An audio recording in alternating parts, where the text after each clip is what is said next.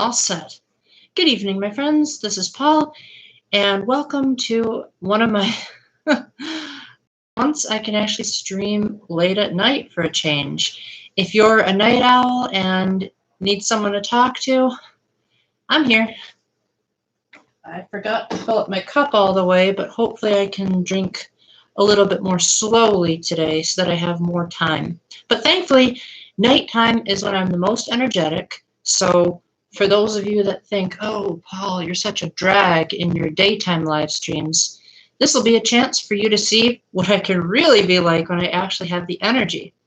So for starters, one thing I'm really excited about is that I finally was able to review Great Ace Attorney. Surprisingly, it actually got likes. I was thinking that it would be hated because I made a joke about Japanese people in there, but I guess the people on my channel are tough cookies, so that's nice. Then I just got to this really cool point in Neo the World Ends With You. I don't want to spoil it for you guys, just in case you play that game for yourselves. But it's a nice little nod to those of us who played the game, or who played the original World Ends With You, and are like, yes, it's about time we're getting a sequel. Also, I have Hangouts coming out in the next 2 weeks in a row, which is nice because some of these friends I haven't seen in eons. One of them I haven't seen at all this entire year. So it'll be nice to finally see her again. And overall, I've had some really, really good conversations with my friends lately. I told you guys over and over again that I'm really happy that I finally got to see my friend Mott. Well, not see her per se, but I got to talk to her on the phone. And that was incredible because we haven't seen each other since we met back in 2010. So quite the epic reunion we had there. Another thing I'm really looking forward to is I'm looking forward to the reception of more Catholic reviews in the coming future, because I definitely have a couple of Catholic thoughts for Great Ace Attorney. I also have a few Catholic thoughts for Neo the World Ends With You, or at least I presume I will. That game's narrative is going all over the place.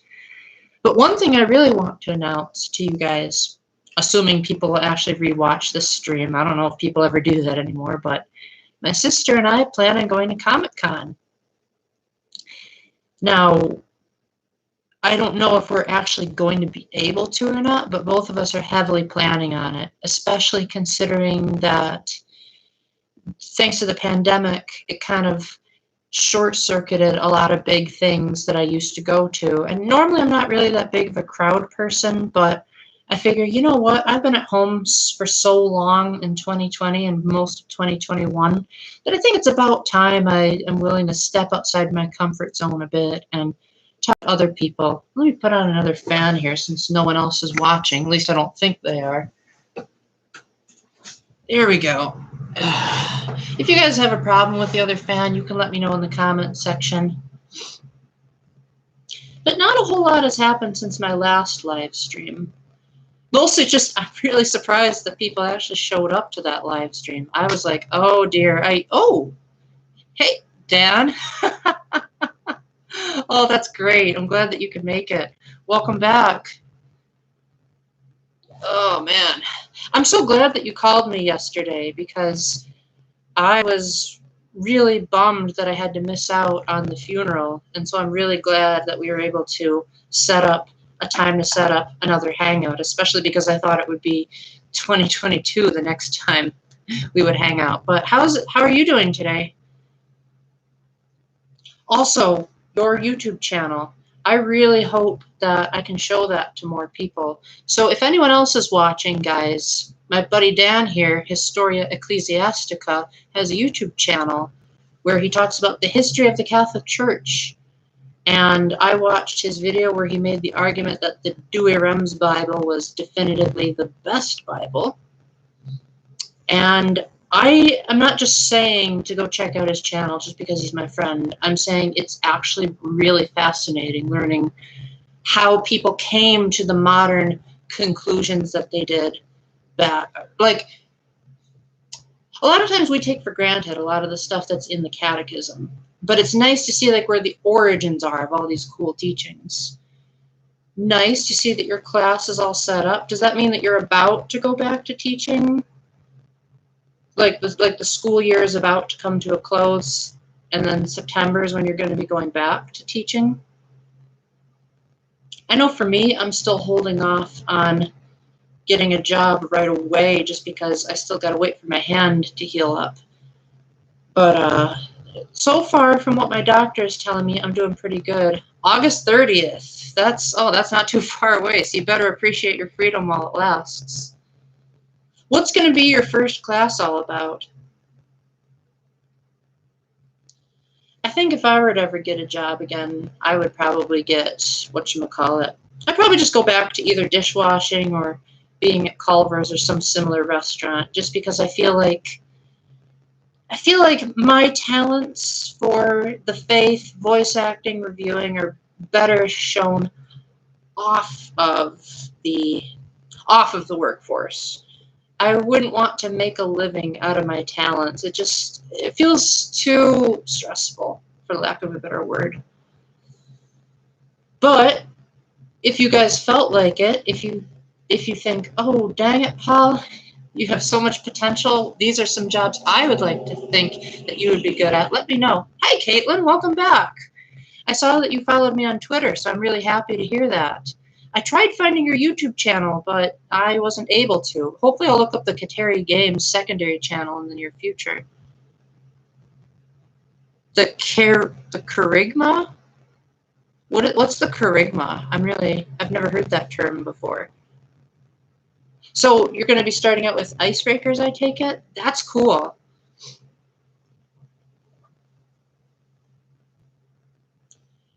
So Caitlin, just in case you didn't hear, I just put up a review of the great Ace Attorney Chronicles. My gosh, it felt like that game took forever. And I'm glad to see that a lot of my opinions were shared by the critics, because usually what I do is I make my reviews first, and then I look up what the critics have to say. And I was really pleased to hear that they agreed with almost everything I had to say. They were a bit less thrilled about all the racism than I was, but I guess I'm just really used to people joking around about cultures and stuff. So I guess that stuff doesn't bother me as much as it does most people. The core gospel message. That's still, if I'm not mistaken, isn't the core gospel message the fact that God loves us personally, and that's why he died on the cross, that he didn't just die for the human population as a collection, but as us as individuals? I could be wrong. That's what I learned on my first retreat when I was in high school. Man, I hated that group, but I really liked the retreat that I went on. And I also really liked the fact that we had a mailbox on that retreat and people could write little notes so that we'd never forget about them in the future. I wish I still had them, but I think those might have been lost in a flood as well. Gotta love when you move and you're trying to keep a hold of all these great memories and they just slip right out of your grasp. I also recorded a lot of the notes on documents on my laptop, but then a lot of my laptops have gone kaput. So that was really annoying. On the Kateri Games channel, actually, I have seen quite a few of my fans have YouTube channels where it says this channel has no content. So I would imagine if you wanted to make yourself more known by that channel and say you logged onto this live stream as Kateri Games, I could probably still find it relatively easily. So, because Genesis chapter 1, that was the first messianic promise, if you recall. Because right after Adam and Eve sinned, that's when God did the infamous, I will put enmity between you and the woman. And obviously he wasn't talking about Eve. I mean, he kind of was to a degree, but he was mostly talking about the Blessed Mother. And I remember when I learned about that in the seminary, I just thought that was so mind-blowing. So Caitlin, last stream you were going to send me a link to your current channel, because I can't do hyperlinks anymore in the chat. Like, I can't just click on your name and go to your current channel. Is it because you don't want me to see it, or do you want me to just migrate over to the Kateri Games channel?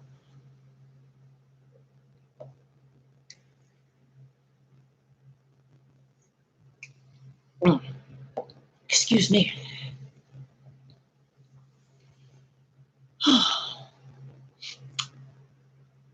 So this is a bit of a random topic, you guys, but one thing that I really love about this new house is that because I live next to a highway, I often put myself to sleep with the sounds of the cars, and that's like my white noise machine. But now that it's nighttime, I'm hearing the sound of the crickets. And since we live out in the country now, the crickets are even more pronounced than they were back in my old house. So it's like no matter what time of day it is, I always have really cool sound effects. And so my noisemaker machine doesn't get as much use nowadays because it's like I already have a noisemaker, all the cars and stuff outside of the street.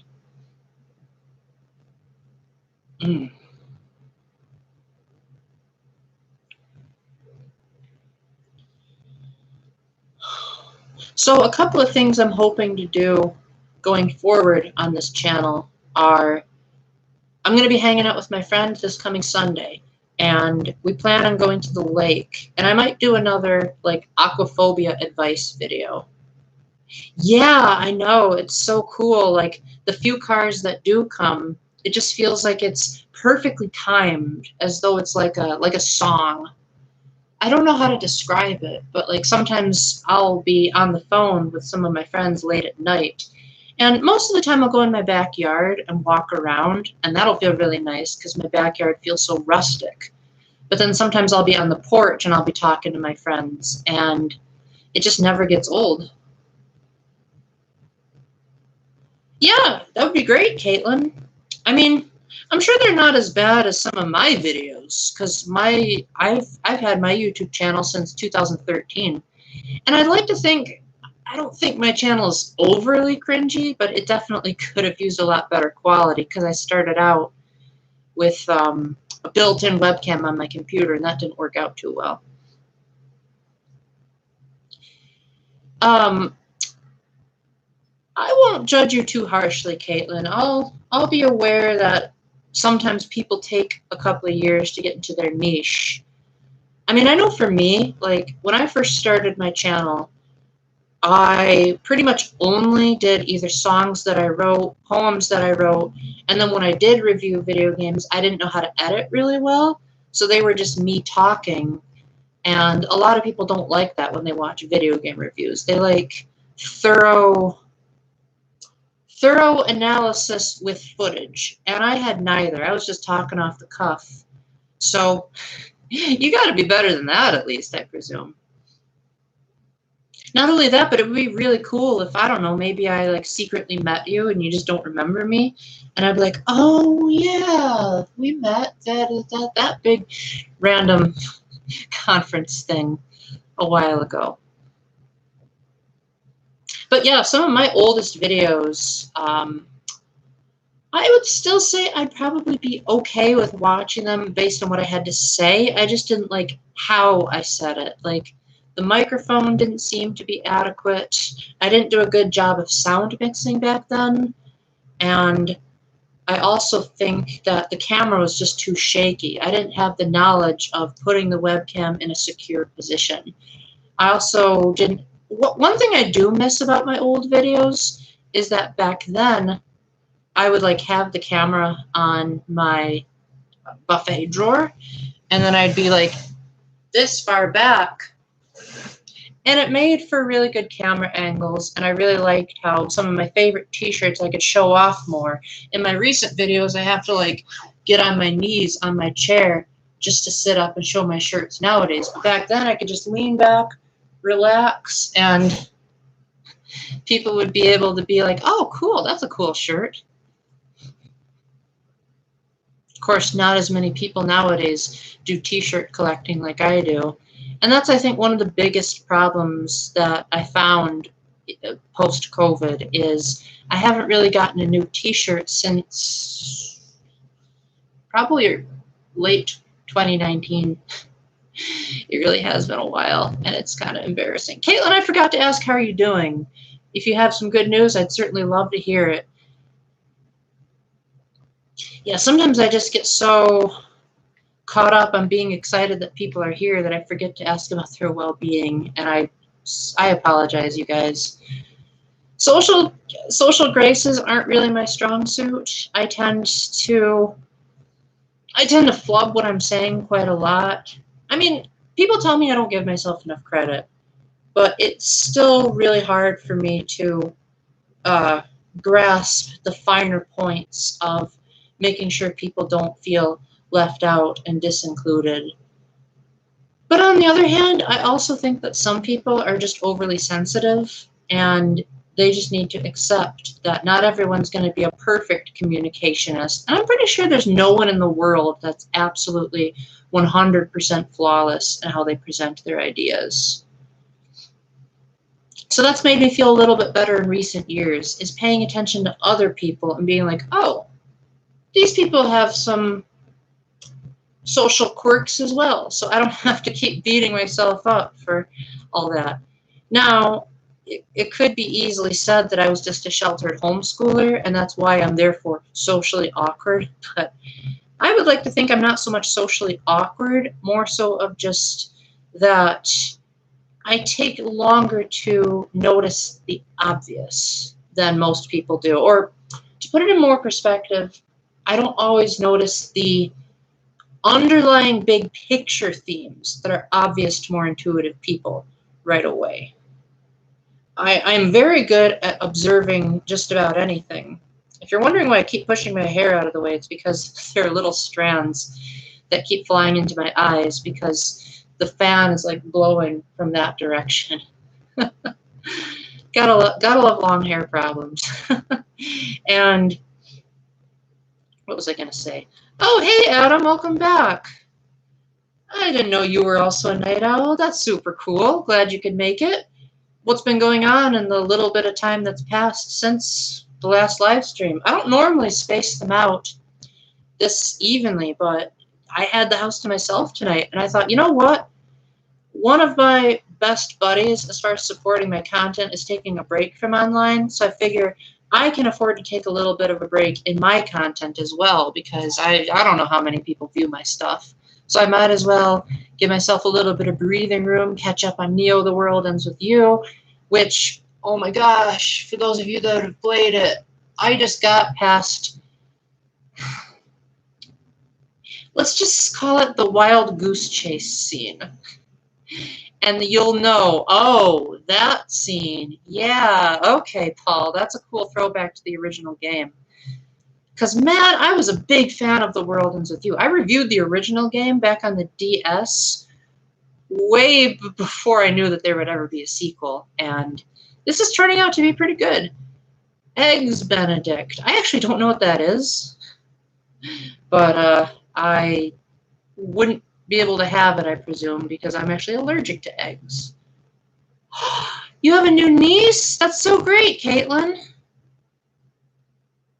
Well, that is fantastic. My friend Jen just adopted a 14-year-old, which makes me kind of laugh because it makes me laugh because she's only 5 feet tall, and I imagine a 14-year-old is already going to be taller than that.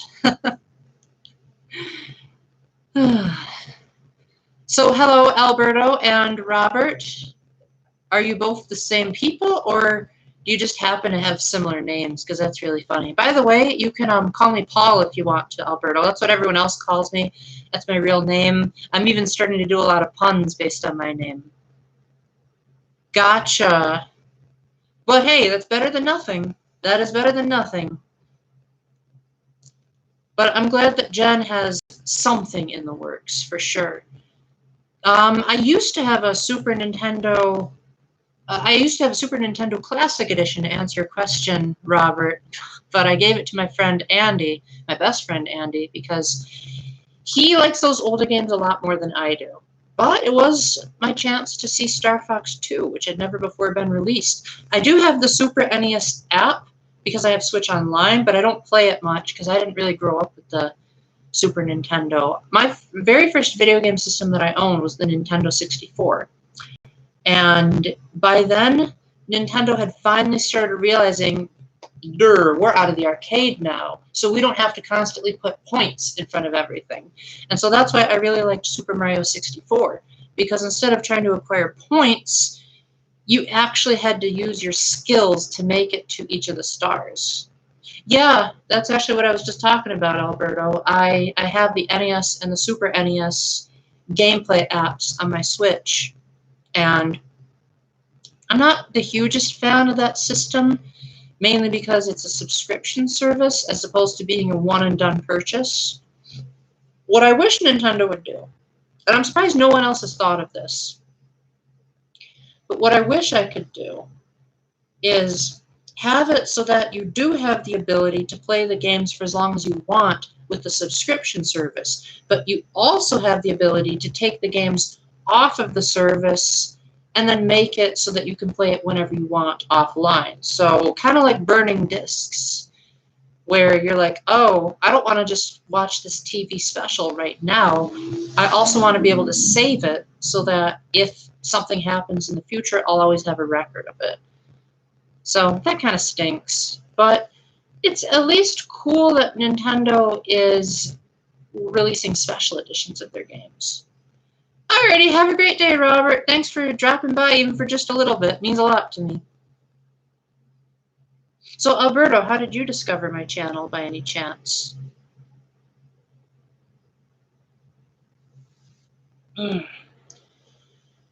So, one thing that I've never liked about the SNES is that people say that those games are masterpieces because they're a huge evolution off of NES games.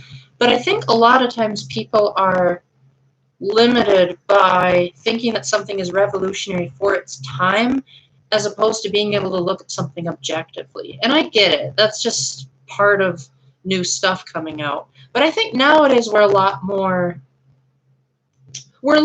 able to think present-oriented instead of future-oriented. And so we don't have the same issues with saying, like, oh my gosh, these graphics are so amazing. Nowadays, we're more likely to say, ugh, these graphics are falling behind and all these textures are lazy, because we know that technology has advanced so much. And in my personal opinion, I don't usually like to call something new because I figure in 20 years from now, that thing is going to be old. So one thing that I try to avoid doing is I try to avoid saying Happy New Year, because I realize, again, 10 years from now, this is not going to be a new year. This is going to be an old time.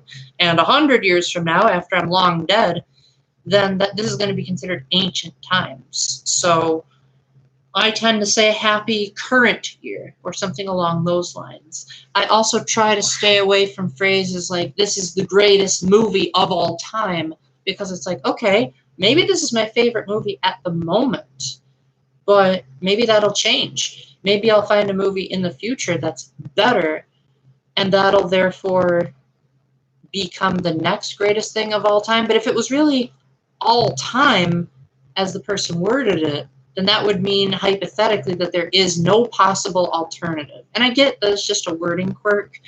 It just kind of bothers me because it shows that people don't really think about what they're saying. And I get it. You can't think about things. I hope you mean it, Dan, because if that's the case, then I am very glad to hear it. Because I'm always so overly critical of my live streams. I think that I think that I might be too boring by most people's standards. But I'm glad to hear that you like it. What was I saying? Oh yeah, so a lot of times when people talk, they don't think about what their wordplay could mean to someone less learned. And so I've been trying really hard to think long about what is it that I'm actually trying to say. And it leads me to being more aware of like what sounds satirical and what doesn't, which actually really helps my humor to land really well. Because if people don't know my sense of humor, they can be totally thrown off guard by my jokes. And they can think that I'm saying something else. And it's like, that's the kind of the point of humor, is you're trying to throw people off guard. And if there's subtle humor, then that can make it even funnier. Like, I really appreciate how when I play Ace Attorney, a lot of the names have puns to them. And then when I go back later in life, I can be like, oh yeah, that name is actually pretty funny. Like, there's this ventriloquist duo where the guy's name is Ben and his puppet's name is Trillo, and their last name is Quist. Ben Triloquist, like ventriloquist. And I didn't catch that until just a couple of years ago, and I've been playing Ace Attorney for over a decade now. Yes, I am old, people. I know I don't look it, but I am older than I look.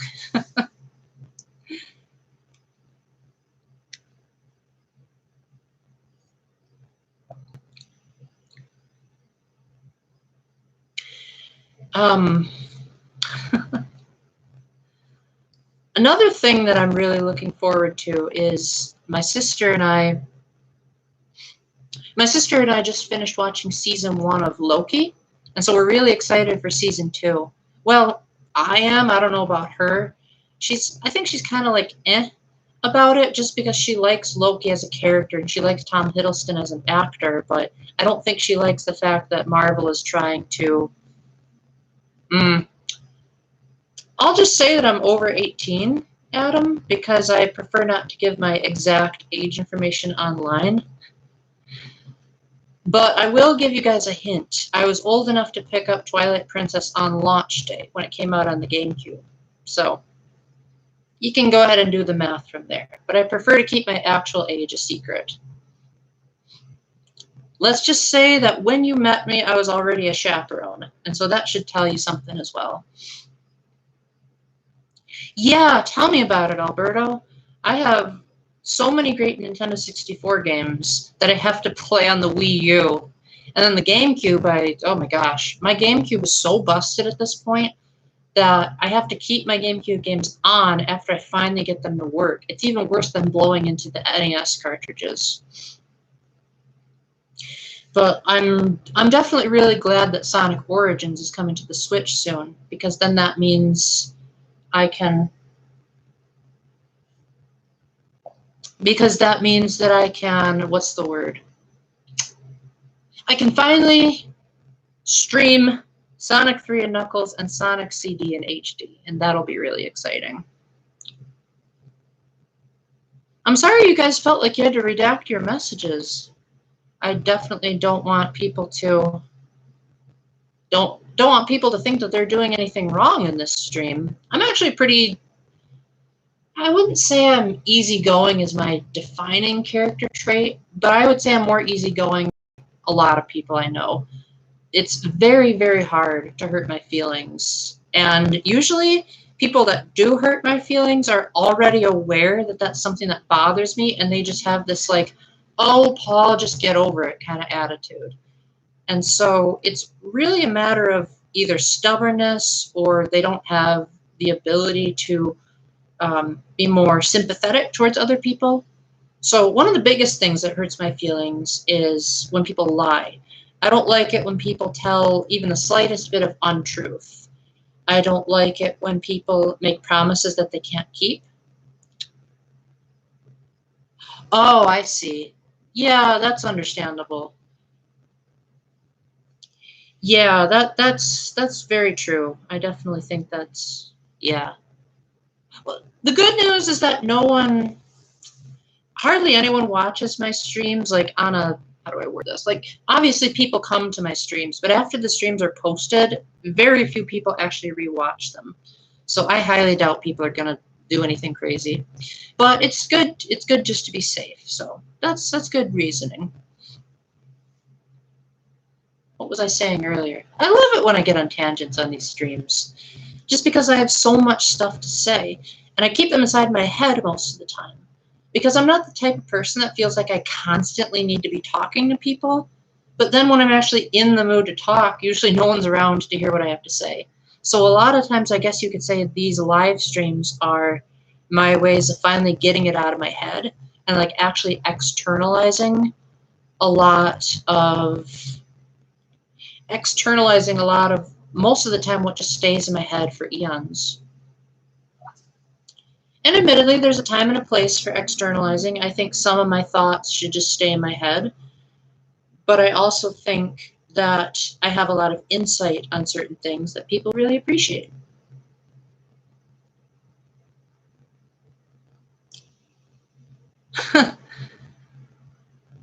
You know, I don't usually do hashtags, but I'm thinking I might start doing that in the near future if my channel gets to be really popular.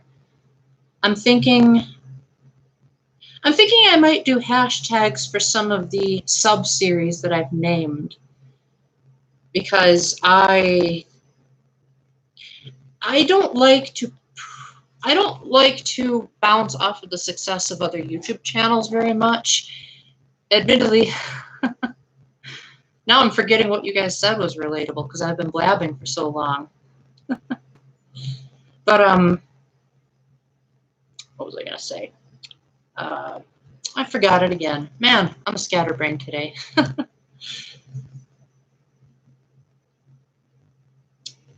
What was I gonna say? I totally forgot. I'm usually not the forgetful type either. I'm that guy that will like remember conversations from my childhood. I'll be able to say like, oh yeah, I remember that guy at the bowling alley that couldn't find my shoes. But then every now and then I'll just have my moments where I forget stuff. Oh, thank you for reminding me, Adam. That reminds me of what I was going to say. I can't say I've ever heard of chowder before, Alberto. You'll have to explain to me what that is. I don't like building off of the success of other YouTubers. I'd like to think that whatever this channel has accomplished is based on my own skill, that I'm not like trying to be like anyone else, that I'm just strictly 100% me. That being said, that's not to say I haven't gotten any inspiration from other YouTube channels. I've made it pretty well known that the Wii Viewer, his YouTube channel, is one of the main inspirations for my current style of video game reviews. I also think some of my comedy comes a little bit from Scott the Woz, but I've always been a comedian for most of my life. I've usually been pretty good at making people laugh even without trying to. So I'd like to think that even though sometimes I take little bits of inspiration from other channels, I'd like to think I'm being 100% me. And if I'm not being my authentic self in my videos, I want you guys to let me know. Because if there's one thing I hate, like I said earlier, it's lying. And that goes for trying to make a persona on my YouTube channel. I want you guys to see the real Paul, no matter what video I'm doing. Oh, well, I haven't watched Cartoon Network in quite a while, Alberto. The last time I watched Cartoon Network was, oh my gosh, probably when my sister was still a child. So that was a while ago. Yeah, I don't really watch much TV anymore at all. Usually my sister will say, Paul, let's watch something on Disney Plus, and that'll be my excuse because I like my sister, and sometimes I'll watch stupid stuff on TV just because it's an excuse to be around her.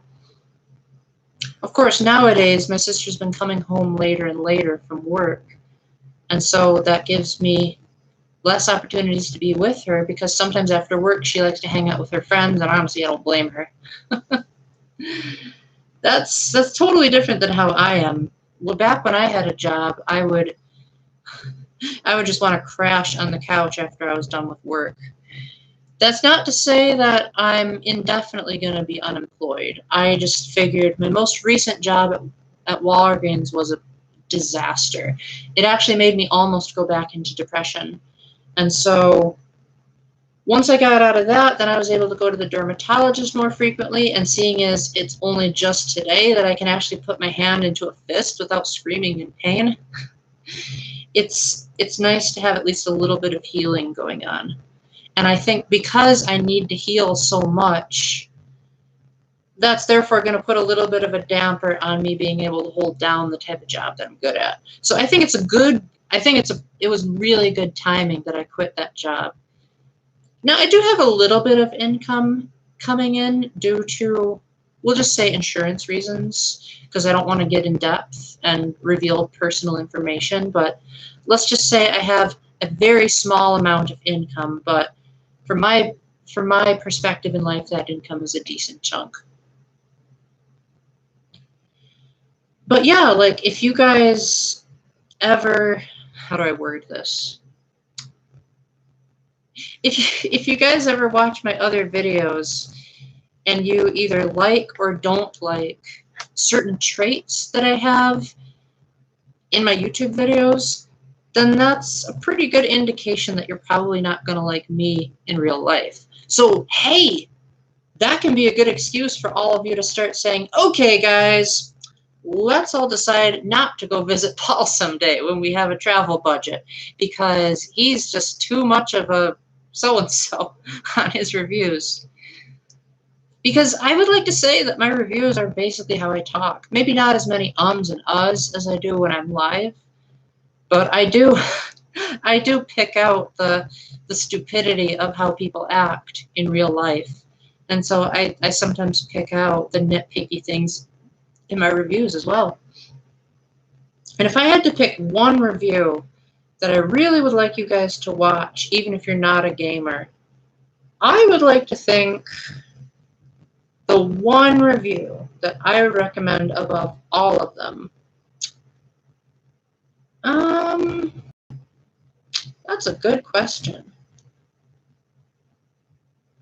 Probably my Super Mario Party review, just because pretty much everyone can relate to Mario Party. And I did a collaboration with 2 other YouTubers, which back then it was really hard to get collabs going. So the fact that I managed to make it work. I don't think I'm an unlikable person.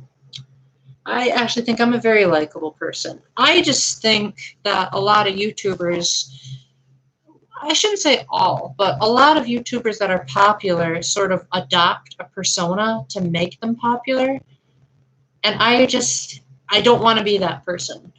Now, admittedly, there are some videos where I try to act, but usually it's very clear that I'm acting. Like the title of the video will give away that it's an act. Like I might say voice acting. And so obviously that means, okay, well, since Paul said in the video that he's going to be voice acting, you know that he's going to be playing someone different than he really is. But no, what I was getting at, Adam, was not so much that I thought I was unlikable, but more so of sometimes people will say like, dang, I want to meet my favorite YouTuber because they're so cool in their videos. But then when they actually do meet that YouTuber at, like, say, a Comic Con or on Electronic Entertainment Expo, they're like, oh, this person is totally different than how they were on their channel. Now I feel let down because I didn't get to meet my dream. That's what I'm always afraid of with you guys, is making you think, oh, well, dang, Paul is, he's not nearly as cool as he makes himself out on his channel. And that's why I do a lot of these live streams, because I want people to feel like I want people to feel like even if they think I'm being fake in my other videos, they can juxtapose like the Paul in the live streams and the Paul in the videos and say, ah, they are the same person. They're not just someone who's trying to get views. And honestly, if I wanted views, there's a lot of stuff I could be doing differently. But I choose not to because I feel like it's just not authentic. Maybe I got a little bit deep there, but I've been holding stuff in for most of my life. I feel like that was a very unhealthy thing for me to do, thinking that I could just keep everything to myself and never open up to people about anything. And nowadays I realize that's just male chauvinism. If I feel like saying something, well, darn it, I'm going to say it. Obviously, there's prudential judgment. Certain things need to be said at the right time. So obviously I wouldn't want to go blabbing about TMI stuff. But on the other hand, I also think there are certain things that some people think are TMI that others don't. And so there just has to be a balancing act. And I also think it depends on the person. Because, like, I'm going to be deliberately vague because I don't want to say too much information here. But let's just say I know one of my friends who I could probably even say the word sex around her, and that'll freak her out. And she'll be like, oh my gosh, that is so sinful of you. But then there are other friends of mine who can talk about just about anything, and it won't even hurt their feelings. So it's like, This person can't handle the word sex. This person can't handle if I don't say the word sex. There's not really a unified personality trait I've found. As much as I've tried to figure out, like, is there a universal thing that every single person wants besides being happy? It doesn't seem like it's possible. Who's Elise Zhang? I'm afraid I'm pretty out of the loop there, Alberto. And I'm afraid I don't know who Mei. I'm afraid I don't know who you're talking about. If it's someone from anime, then I probably really won't know what you're talking about, because I don't really watch anime. The only anime I've watched all the way through is Death Note. And it's mainly because that show was it was a clash of masterminds, and I've always been really fascinated in that kind of topic. That's why my favorite game from 2014 and 2017 was Professor Layton versus Phoenix Wright, because you had the two smartest guys in gaming being able to both try to assert their points. And it was a mind-blowing concept then. It kind of is now. Nowadays, the shock has sort of worn off, but still, I'm really hoping there can be another game that's like that. Everybody wants Tuataras? What is that exactly, Adam? Oh, voice actress. I see. Yeah, no wonder why I didn't know who she was. Oh, Overwatch. I see. Yeah, I've never played Overwatch because, as you guys probably know from looking at my review playlist, I'm not really a shooter guy. Like, the shooters that I do play are usually very, very unique. I think the only shooters I've reviewed on my channel are Kid Icarus Uprising and Fortnite. And Fortnite, I'm terrible at that game. I am so bad at Fortnite that my high score is 1. I was only able to kill one person, and that's because I got lucky. I just sort of followed them, and I happened to have an axe by my feet, and they happened to not know how to react to me. But I think if I were in a room full of skilled players, I'd be clobbered. But it's also true that I haven't played it since it first came to Switch, so it's probably changed since then. Team Fortress 2? Never played that one either, JP. Oh, silly me, I forgot to welcome you, JP. Welcome. Welcome to the stream. I'm sorry my eyes didn't register it because your profile picture looks so much like Dan's that I was like, oh, man. Oh, man. Yeah, for some odd reason, I thought you guys were the same person for a moment. But welcome back to the stream. I've just been telling you guys for the last... I've been streaming for over 43 minutes. Dang. I'm really glad that I'm doing this at night, because I would have been so tired before if I was streaming this earlier in the day. But I was telling them that one of the biggest things about my channel is I really would like people who like my stuff to be able to think that they're meeting the same person that made the videos if they were to ever meet me in real life. Not a lizard? Is that another shooter reference? Maybe that's why people don't watch my reviews a lot. It's because I don't review shooting games all that much. I've never reviewed a Call of Duty. I've never done a Halo game, although I also have a 360, so don't have too many options on the non-Nintendo scene. Never reviewed a Portal game. I really need to get into the loop of those things. I kind of don't want to, because I feel like once I get into one, I'll want to get into all of them. But I'd like to think the games that I like are games that have a very selective niche audience, which I guess is kind of indicative of my personality in general. Because I'm the type of guy where I like to root for the underdog. My best friends tend to be the types of people that are unpopular in society because of how they talk or what they believe in. And I'm the one who's like, yeah, you're my best friend. Like, come over here, buddy. Let's hug and talk to each other.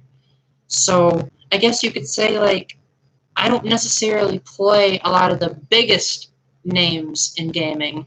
I play the games that not as many appreciate, but the people that do are, like, even more passionate than the folks that love the greatest sellers. Like, if you take something like Pokemon Sword and Shield, those games sold phenomenally, but the people that like Sword and Shield don't really seem that passionate about it. They're more like, Sword and Shield is a good Pokemon game, and that's like the extent of it. Whereas with me, you take something like The World Ends With You, which is such a niche game, but you take any other fan of The World Ends With You, and they'll be like, dude, I love The World Ends With You. Like, that's one of my favorite games ever. And we can be able to get into such an exciting conversation about one game. Same thing with the Zero Escape trilogy. Hardly anyone I know even knows what Zero Escape is. And I'm guessing most of you in this chat probably don't even know what it is. But the people that I've met that do know what it is are just like, dang, Zero Escape is like in my top 5 best games ever. So I'm an American. I shouldn't be allowed to pronounce all these names. The Tuatara is an ancient species of reptile. So it's basically a lizard. Super Regishiko. Alberto, I think you're an anime person because I have no clue what the heck you guys are talking about.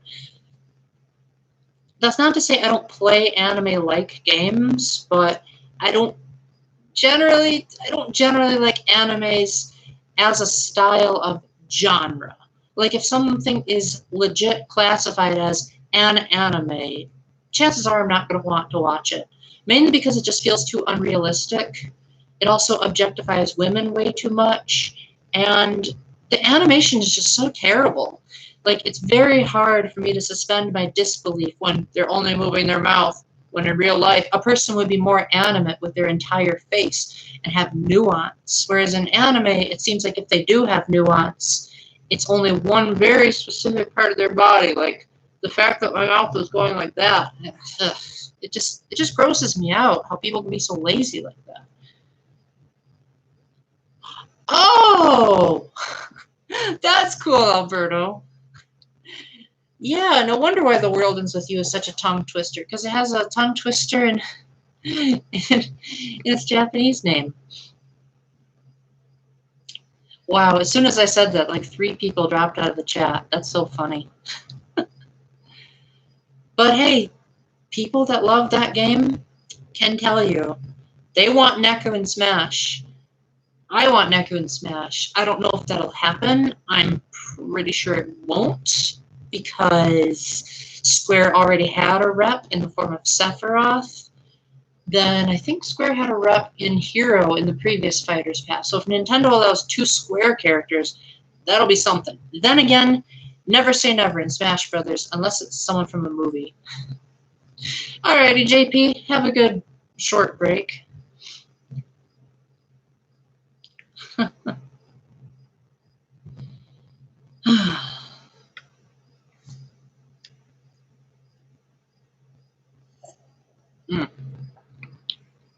And for those of you that are just listening and don't really feel like you're saying much, I still appreciate your presence nonetheless, because it means that I'm not boring, and that means a lot to me.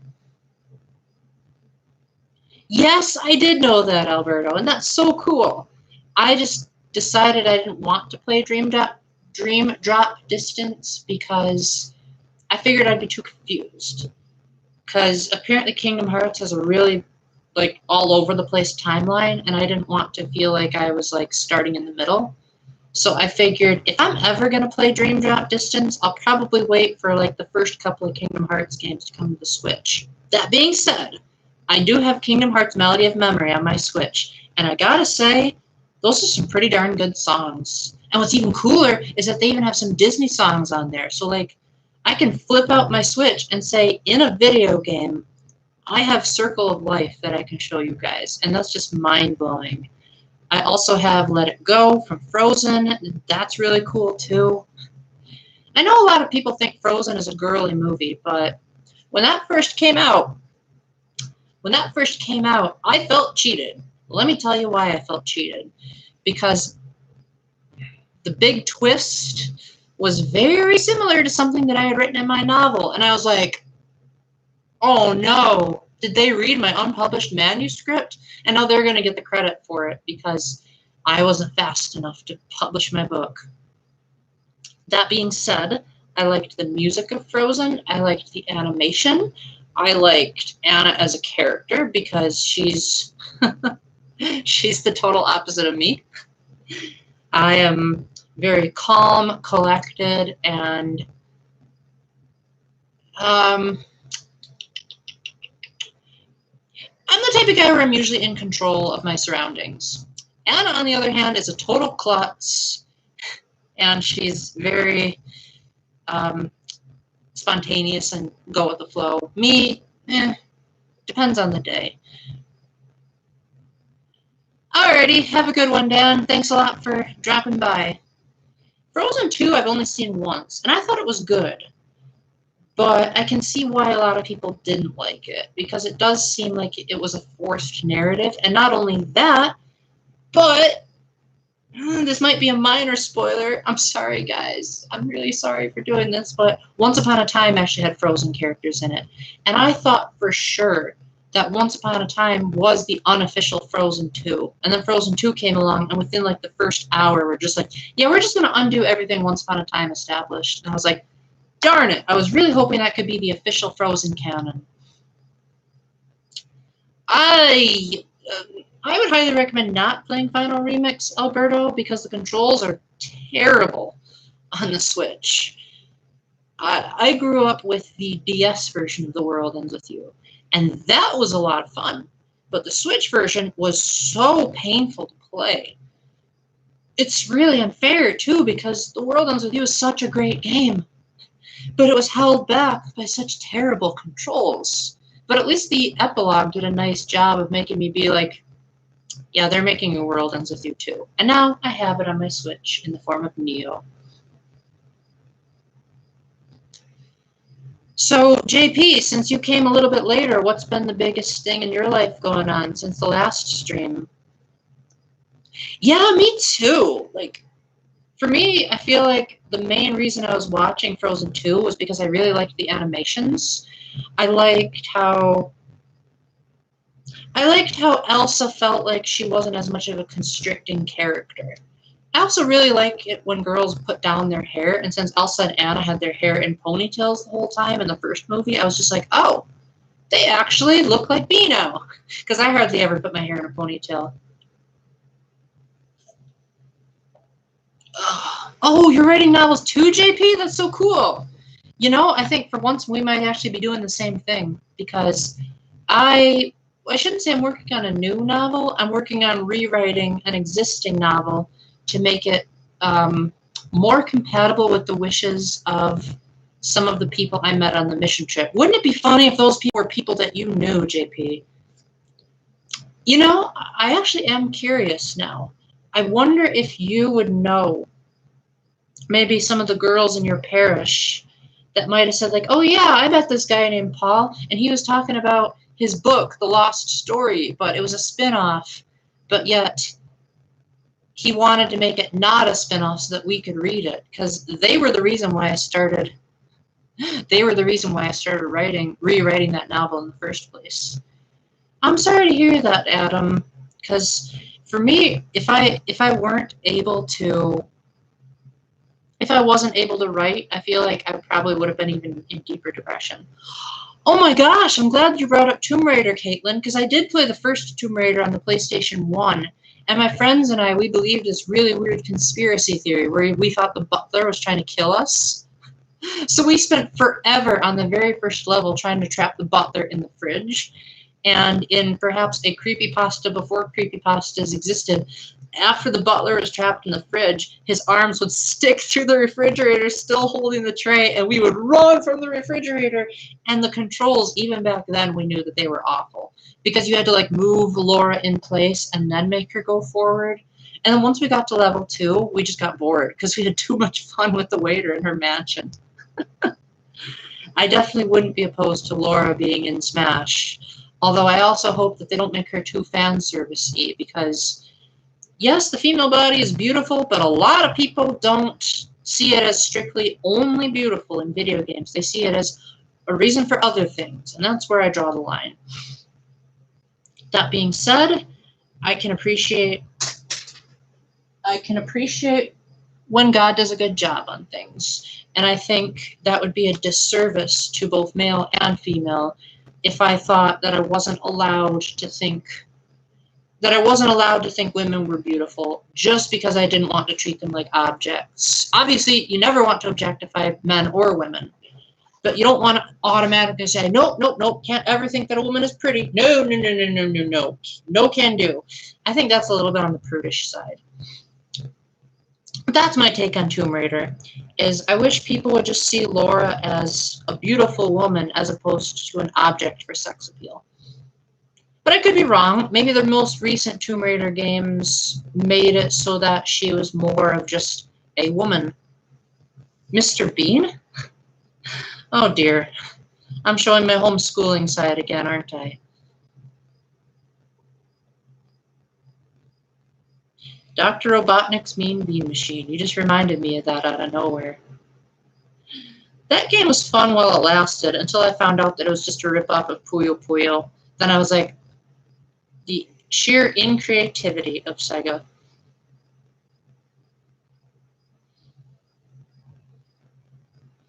Dang, this is turning out to be a pretty fun live stream. I don't know about you guys, but then again, you've given it 4 likes so far, so I guess it must not be all that bad. So I am really thankful that I could have a good time here and give you guys a good time as well. 5. Shoot. You guys are hilarious. 7. Okay, that has to be a glitch. There's no way that could have happened in real life. There's now more likes than there are people watching the stream. That's just hilarious. Dr. Robotnik's Mean Bean Machine wasn't even a Sonic game. It was a Puyo Puyo ripoff that gave them an excuse to put another Robotnik game on the Sega Genesis. And more reasons for people to continue calling him Robotnik. Because just imagine if people nowadays were to call it Eggman's Mean Bean Machine. It just doesn't have the same ring to it.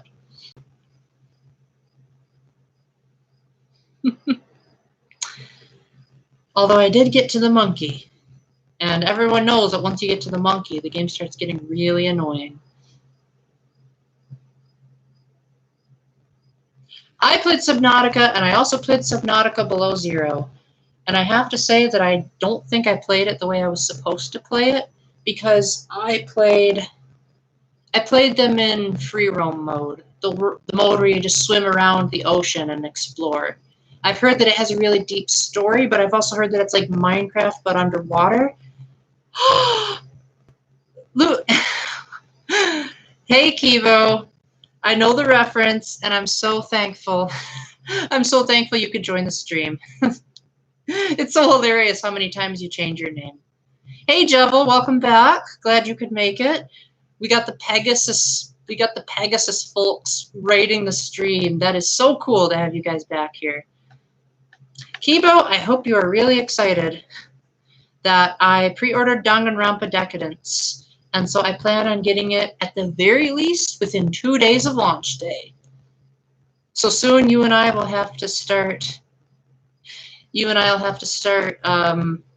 talking about how excited we are about certain characters. Yes, you're sharing my excitement. That's great. JP, what are your thoughts on Subnautica, since you were the one that brought it up? Yeah, I think it might be relatively soon, Jevel. I am starting to think that it probably won't be Crash Bandicoot, just because I think Nintendo is going to want it to be like a nice, unexpected, out-of-nowhere pick. But then again, this is Nintendo. They're the company that's known for doing the stuff that you wouldn't predict. Oh, sorry to hear that about the school. But hey, I just realized you probably changed your name to Kibo because you're excited about Danganronpa Decadence. That's really cool. That is really cool, yeah. Yeah, I wish you the best of luck in school. Like, once you're done with being in school, I really hope that you can, like, crash my live streams more often, because you really do make or break a lot of them. But, how have you been doing besides school, Givo?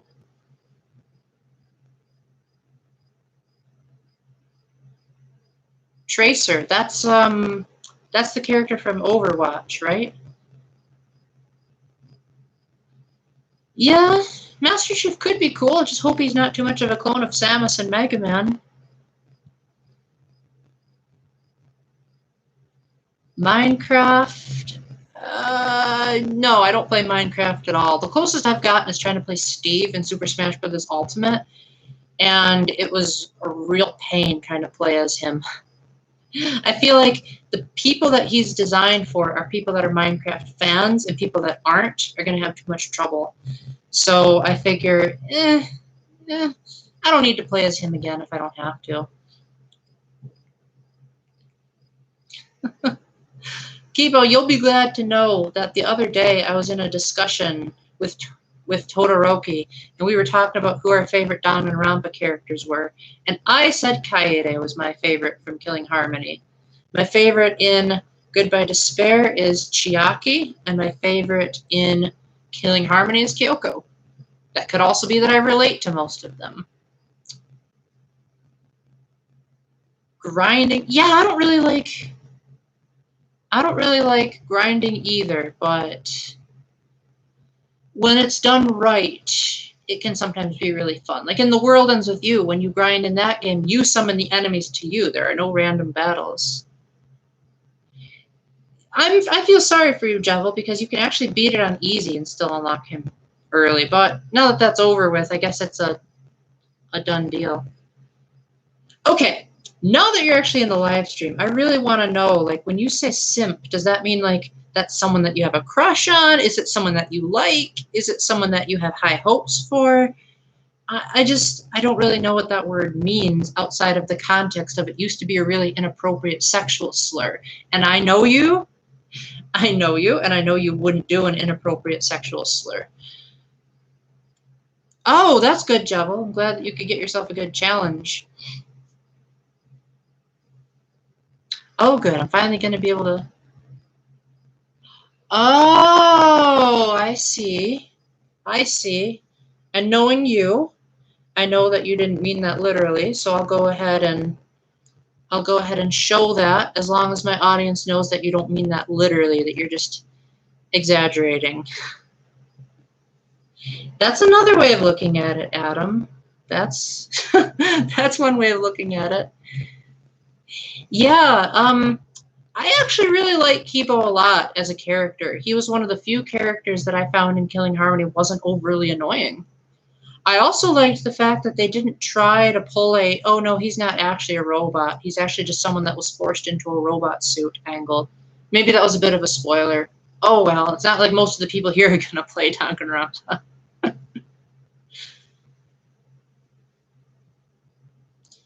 But yes, Kibo was a character that I was rooting for. Yes! Yes! Mio is so annoying. Mio is by far my least favorite character in all of Danganronpa. She was the character that every time she opened her mouth, I was just like, shut up. Just shut up before I say something I'll regret.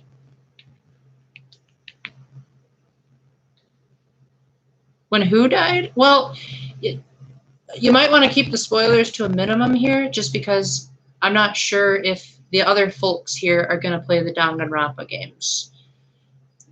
Question for the chat. I'll even write it in typing to make sure that I'm dead serious.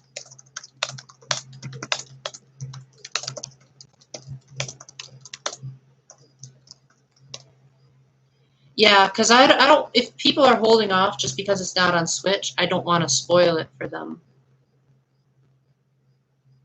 Oh, are you still talking about Subnautica, JP? Because unfortunately, I didn't play it properly. I played the exploring mode. When I'm what? I do hope that wasn't profanity. No idea what Danganronpa is? Well, basically, to put it lightly, and... Oh, I see. I see, that's funny. Basically what Danganronpa is, and Kibo here, who has gone by many other names, is a huge fan of Danganronpa. Basically, it's where you control one of 15 high school students who are trapped in a school. In the second game, there's a different setting, but it starts out in a school in the first game. And there's this evil teddy named Monokuma that's forcing them to play the killing game. And in order for them to escape from the school, one of them has to kill another of the students, but they have to get away with the murder because after the killing takes place, there's a class trial. And in the class trial, the students have to discuss among themselves who they think the killer was. And then if they're right and they identify the killer, then the killer gets executed. But if they're wrong, then everyone but the killer gets executed and the killer gets to escape from the school. So it's, I guess you could say it's kind of like a murder mystery. Some people call it a dating sim because like in between the mysteries, you can hang out with whoever students aren't dead. And some people call that dating. I like to call it hanging out. But it's up to you. There are people out there that like to ship couples, and basically, if you really like Ace Attorney, you'll love Danganronpa. But, it is very, very, very M-rated. There is a lot of mature content in those games. And so, yes, you can tell me your favorite character, Jebel. Absolutely. As long as you don't say much about them if it's beyond the first hour.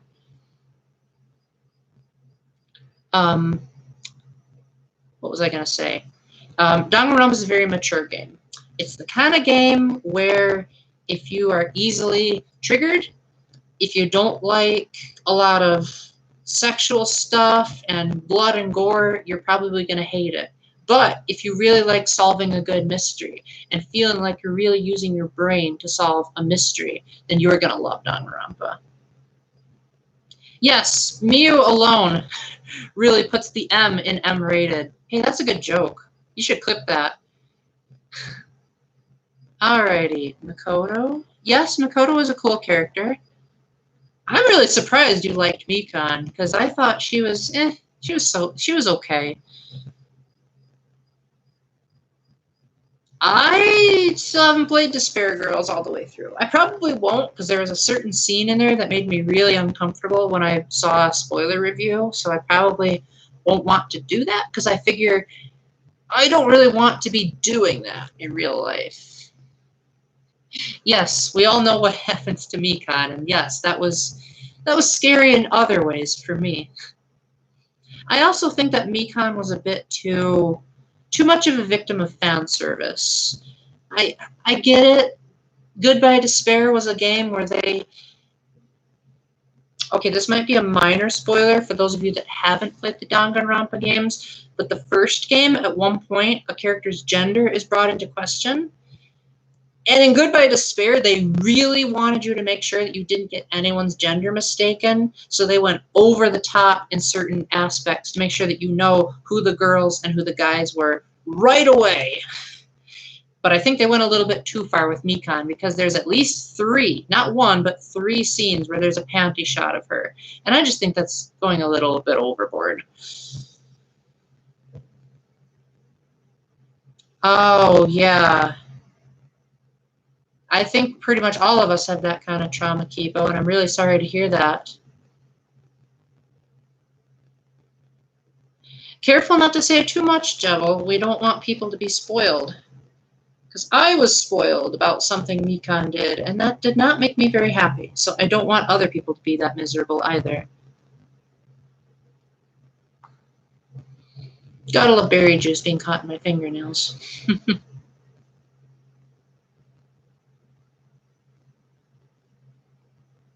What's too overboard? Oh, the panty shot? Yeah, I think it was a bit too overboard. Kibo, are you planning on getting the Danganronpa S? Because that's something that I find is fascinating. The option to just have a whole bunch of Danganronpa characters interacting with each other in various means. For those of you that are thinking, okay, for those of you who are thinking, oh my gosh, Danganronpa is so M-rated, I just want to say right now, there is a 4th game coming out, and that 4th game is based in an alternate reality where there is no killing game, and it's just the characters interacting at a beach party. So you might want to consider playing that one if you want to know like if the characters are worth it. I don't know if that's still going to be M-rated or not. I'll have to look that up. But the 4 games are going to be available to download separately on the eShop, so you could hypothetically buy Danganronpa S before you bought the other 3 games. But if you want to play them in order, then you would start with Trigger Happy Havoc, then Goodbye Despair, then Killing Harmony. Shuichi, yes, I love that name. That's funny. Oh, hello, Furu. They forced you to like my video, huh? Well, shame on them. They ought to be ashamed of themselves. Shame on you, Furim's brothers. I mean, my videos are so darn awful that you really shouldn't have done that. Yeah, I'll be sure to send first-class aid to them. I can even get on my phone right now and pull up 911. Hello, 911. We have forced likes on my video. Please send help.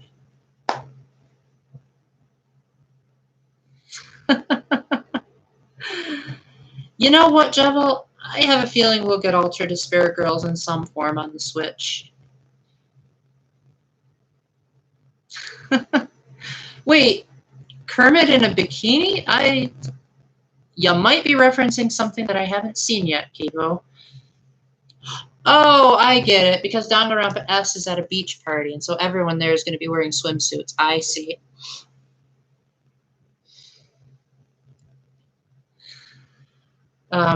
Speaking of swimsuits, I've actually gotten a lot better at being able to... I've actually gotten a lot better at being able to handle the sight of people in swimsuits. Growing up Catholic, I used to think that looking at someone in a swimsuit was a sin. Nowadays, I realize that it's more of how you look at someone that makes it the sin.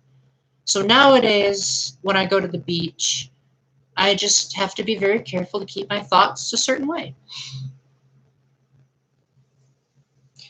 That being said, I have definitely seen some cute swimsuits that are also modest, and I really hope that that becomes a mainstream trend. Yeah, raping is never a good thing. Of course, the Catholic Church teaches that sex needs to be saved for marriage. So, in that respect, that's a really long discussion. I think I'll save it for one of my other videos. You know, that's actually a decent point, Furim. Like, I have sensitive skin myself. So when I go to the lake, I either have to wear a wetsuit or I have to, like, go to the shady part of the lake. Because if I have too much skin showing, then that's going to make me more prone to sunburn, which doesn't mesh very well with my medication. Which is why I put on a lot of sunscreen in the video that where I did aquaphobia advice.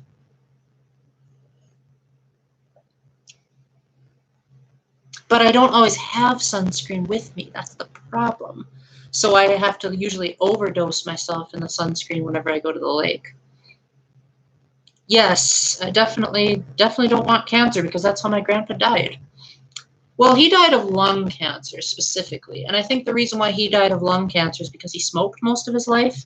Admittedly, he did quit before he died, but it was a little bit too late from what I've heard. 10 people are watching this? Guys, I think this is a record for me. This is insane. And 9 likes. Like, for me, that's the equivalent of there being like 1,000 people. That's hilarious. Mud? Honestly, I wish I would have thought of that before, Adam, because I think that would actually be a good way for me to protect myself from sunburn. The problem is that I don't like getting messy.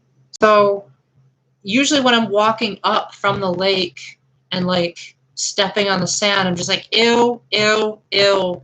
I want to get my feet clean again. Well, shoot, you guys just made the people get scared because now we're down to only 8 people. You know what you should do? Guys, here's what I want to challenge you to do. Those of you that know me from the mission trip, you all know who you are. If you don't want to call yourselves out in the stream, you don't have to. Those of you that met me on the mission trip, I would really appreciate it if you would see if you're still in touch with other people on that same mission trip, the one in 2018. contact them and say, you know what? You remember that guy that had a miraculous healing? He has a YouTube channel.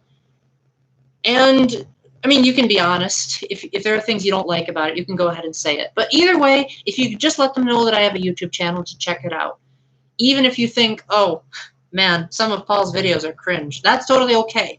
That is totally okay, because I would love it. I would love it if I could have the people from that trip know that I haven't forgotten. Well, admittedly, I'm not good with faces, so I've forgotten a lot of their faces, but I remember them in principle, put it that way. Spooky. Good one, Kivo.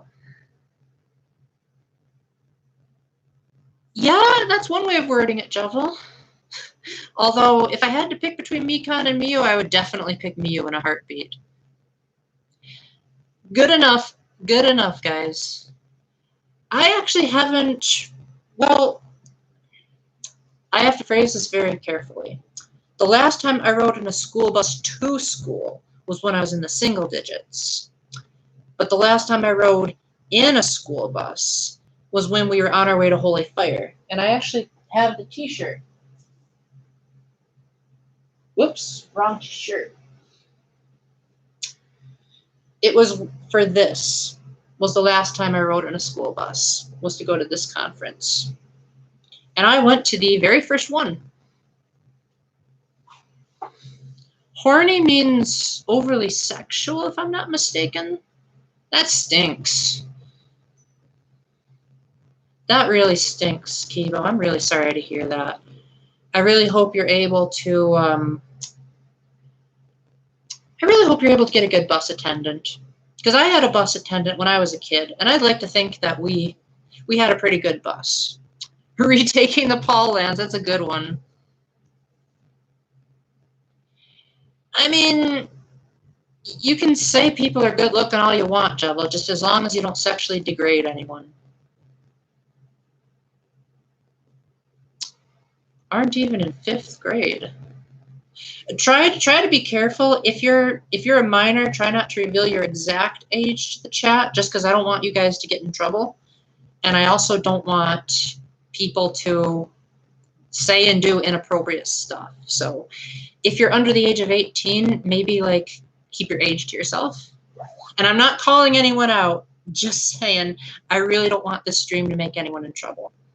Because I don't restrict my streams to 18 and ups, because it's technically allowed, but that's just, I don't want to get anyone in trouble. Yes, I used to love Magic School Bus when I was a kid. You know, for some odd reason, when you mentioned a helicopter, Kivo, it reminded me of Alter Despair Girls for some reason. Because when, what's her face? Komaro? When she was trying to escape from the Monokuma bears and the helicopter got blown up, I just was reminded of that all of a sudden. Oh, nice to see that you're an adult, Furim. I actually didn't know that until now, so that's really cool.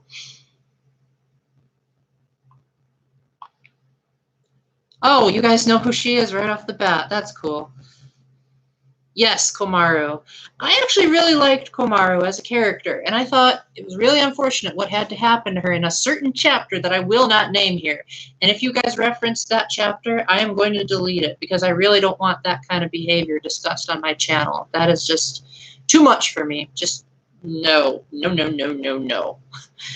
Keep anything that you want to say about Komaru, keep it within the first 2 chapters. I think that would be acceptable.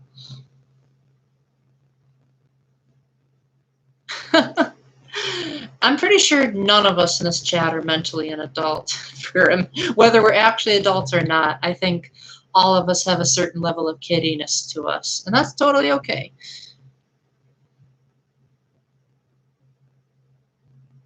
That is totally okay. I think in the Bible it talks about how people need to be like children if they want to enter the kingdom of heaven, but that's not to be confused with being childish. Why is YouTube saying that you're saying something inappropriate, Kibo? It's probably because it has the word mental in it, and that somehow is like an inappropriate slang. I personally am okay with saying that because I know you, and I know that you wouldn't be saying something inappropriate. All sense of reality? Okay, I think for once we've hit upon something that I cannot relate to in the slightest, because I am very aware of what's going on around me. In fact, sometimes I'm so aware of what's going on around me that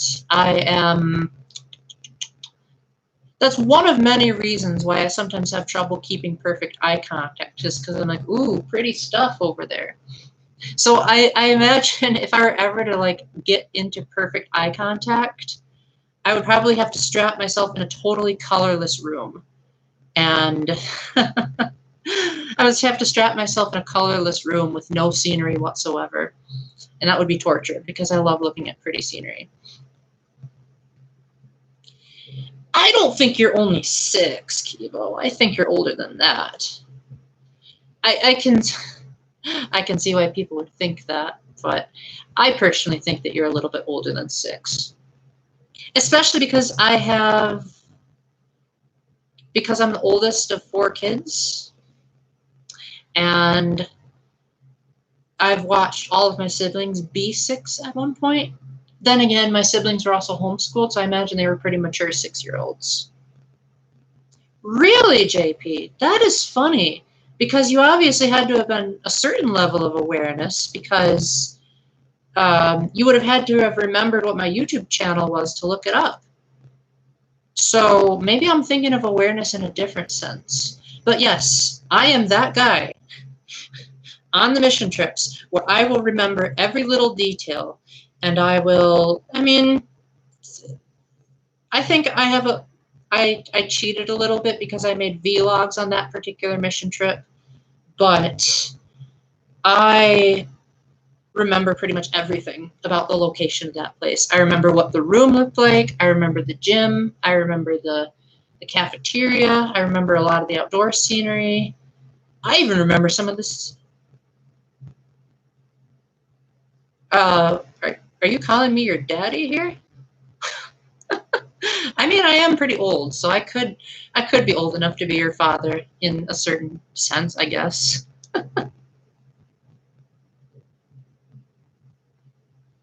A guide? What? Oh, yeah, you're right. Yes, that was really unfortunate. So, for those of you that don't know, we had a really unfortunate accident take place on the mission trip where I met JP. There were these, I don't remember the whole story because I wasn't actually there. I was in the kitchen, but he was in your group, Firim? Oh, I feel so sorry for you then, because I only heard about it secondhand. Basically what happened, from what I heard, is that there were these teenagers that were lifting really heavy stuff, and one of them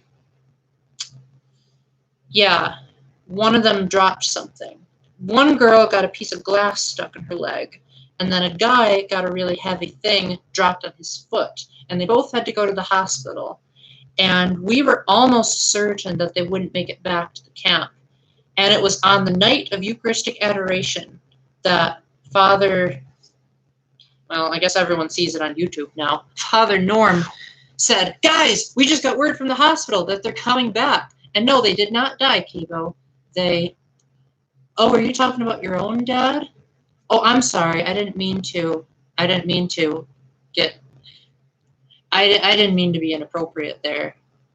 I just thought you were joking that I was an old man for a minute there. Oh, yeah. That's so sad to hear that. Yeah, I found out about it because I was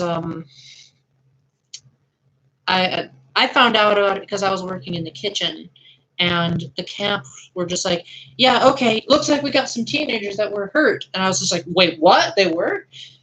And I was really sad about that. And then I walked over to see the group coming over, and one of the guys was given permission to take off his shirt outside of the shower area because it had so much blood on it.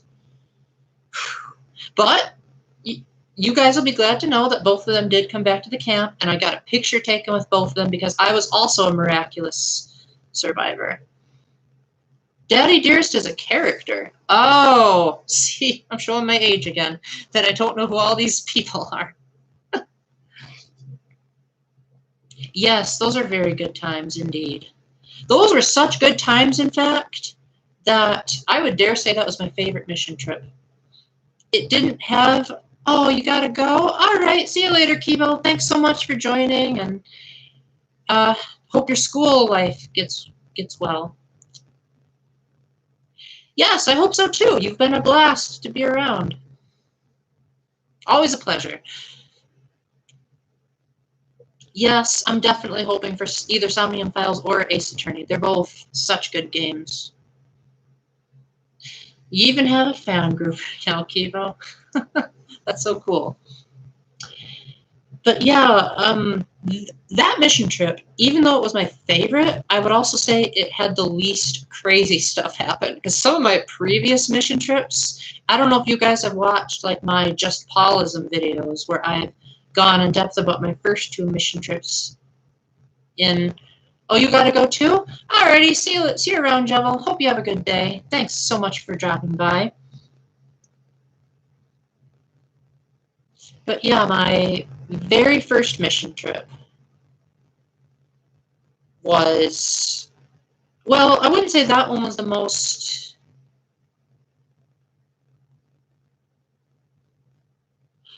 Oh, that's really a shame to hear, Furim. Yeah. I can't say I was ever transferred from groups, but I was transferred from rooms in my 2015 mission trip. And again, it seems like all the best stuff happened when I wasn't in the room, but we were in a room with some of the worst troublemakers at the entire camp. And some of the guys in my room would, because the way it worked was there was very limited sleeping space. So sometimes the teens and the adults would have to share a classroom. And when the adults weren't looking, some of the guys in the classrooms would get very inappropriate. And apparently they were so bad when I wasn't actually in the room. They were just like, the adult's gone, let's get into mischief. That one of my teenagers had to go to the authorities. But then we were the ones that got punished for it because apparently. Oh, you've never been to a mission trip, Caitlin? Well, I'll be happy to tell you about it in a minute. But to quickly wrap up my story, we had to switch classrooms, but then they came to our classroom that night and apologized. And I think it was because we were the smaller group, or maybe it was because we were the bigger one. But either way, that classroom ended up being more comfortable, and then we were with only our group, so that ended up working. So the particular mission trips I've been on, Caitlin, are called Catholic Heart Work Camp. That's actually where I met some of the people in this chat, which is really cool. And what we do is Sunday, pretty much all day Sunday is the orientation day, where we get to know who our work teams are. And if you guys want to chime in on what you liked about Mission Trip, feel free. That's totally cool by me. The more the merrier. We also played some getting to know you type games like Trust Board, which if you haven't heard of that is where you put your arms like this and you like lean over and hope that you can be pushed in the right direction by your teammates. Then we also had, so then in the mornings from Monday to Thursday, we murdered bushes, that's for sure. You know. Then we would have Mass in the morning because it was Catholic. So obviously we would have Mass every single day. And then yes, moving mulch and being a maniac. That was also a big part of it. what was next? Oh yeah, silly me. Then we went to work from like 9 in the morning to 3 o'clock in the afternoon. We would go to our work sites, and each work camp I had something different because we would always go to a different camp. But most of the things that I did were, my very first one, I was polishing some furniture. I got to edge a garden path. I like to wipe down a door. My second mission trip, I got to chop down trees, help to make a garden path. I also got to trim some bushes. So I got to bush murder as well, Furim. And then we also got to go swimming at our resident swimming pool because she was so proud of us. My third mission trip, I won't bore you with every single one of them. I got to work on a horse ranch. So there were 40 of us all together. Most of them were girls, and that made the shower situation very interesting indeed. And back then I was a piece of work, so I was just like, get me out of here. I hate showering, especially showering in public. But my doctor says I have to shower more frequently because I have a dandruff problem, so I guess I'm going to have to learn to like it pretty soon. But yeah, most of my mission trips involved outdoor work, which is hilarious because I was such I have such pale skin that you'd think that I'd be the type of guy that needs to get out more. Yeah, public showers were interesting on mission trips because not everyone followed the rules, and at least at most of the camps that I went to, the rules were you always had to wear at least a swimsuit when you're in the showers in case the alarm bells went off and you wouldn't want to be running to the gym in your birthday suit. And of course, a lot of people didn't follow those rules. Thankfully, one camp that I went to, I got special permission to have a VIP shower because I was just so grossed out by the men in the locker room that I'm just like, nope, not going to happen. I'm going to have people being decent in the shower. And it's a Catholic camp. You really ought to be being careful of how much you show. So, I don't know. It was weird. It was weird here. Yeah, I know. Now, I think nowadays I wouldn't be as grossed out, but I've had some weird experiences with guys in the past. So I'm just really thankful that on the most recent mission trip I went on, we had a shower in our bedroom, and thankfully the three of us in the room we had varying shower times, so we all just took turns, and that really worked out a lot. And then, so after we finished working, then we would get back to the camp and we'd have dinner. We'd get to mingle a little bit. Sometimes we would just go to sleep. I know I did sometimes if I would be too tired. And then we would have an evening program, which varied depending on the night. But Monday night was usually when they did staff testimony, where one of the members of the camp came and they told one of their stories. Tuesday night was usually Eucharistic adoration. Wednesday was, they called it Four Corners, but it had nothing to do with basketball. It was actually where the adults got to hold a candle, and the people who weren't holding candles had the opportunity to come and get prayed over. So basically it was a praying over you night. It also had reconciliation. Some of the teenagers just sat around and cried, and it was just an opportunity to just be vulnerable. Thursday night was a dance party, and then Friday was the free day where we could get to go spend the day in the town. And for our free day in 2018's mission trip, we went to a natural water slide, but I didn't go because I was allergic to the sunscreen of one of the girls, so I just stayed in the car and slept. Wait a minute, JP. I was with a group I got to visit a group that did trails. Because one of my perks for being an associate staff member was that I had the privilege of being able to accompany the staff members to the site and be able to take pictures. And I did get to go to a team that said, hey, Paul, you want to go on our hiking trail? Because I'm so terrible with faces, I was just curious if you were in that group or were you on another group that worked? Because I think you might have met my friend Nick then in that case, because he said he was working on a trail as well. That would be so cool if you guys actually know each other. I think he said he remembers you, but you weren't on his team, or you were on his team, but you guys didn't keep in touch. But yeah, that group was so nice to me. They let me hike on their trail, and then they even let me join them for their lunchtime. The foster home? I don't think so. I don't remember visiting a foster home. Wait. Yes, I did. I did visit a foster home. And I remember very specifically they told us we weren't allowed to take pictures of the children. But we could only photograph them from behind due to, I guess, stalker reasons. You met a guy named Nick. That's so cool. He was in my group, and I just barely convinced him to come along.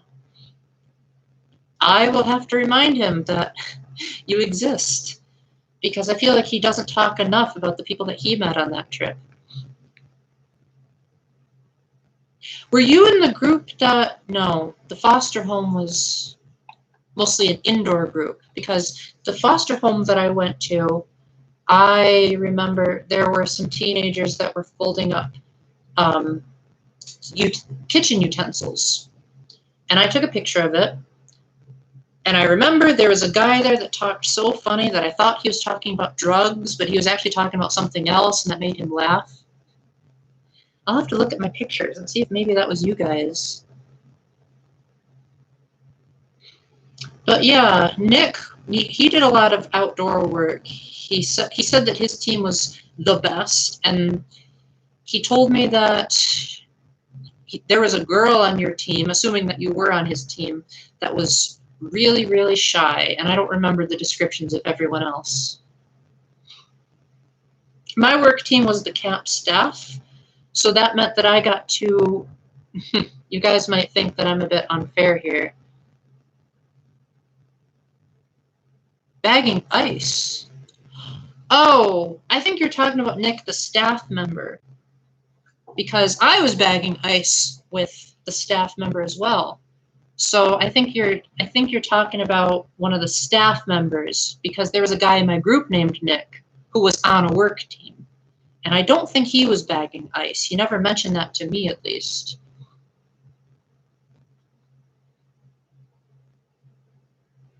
But yeah, you guys might think this is a bit unfair of me.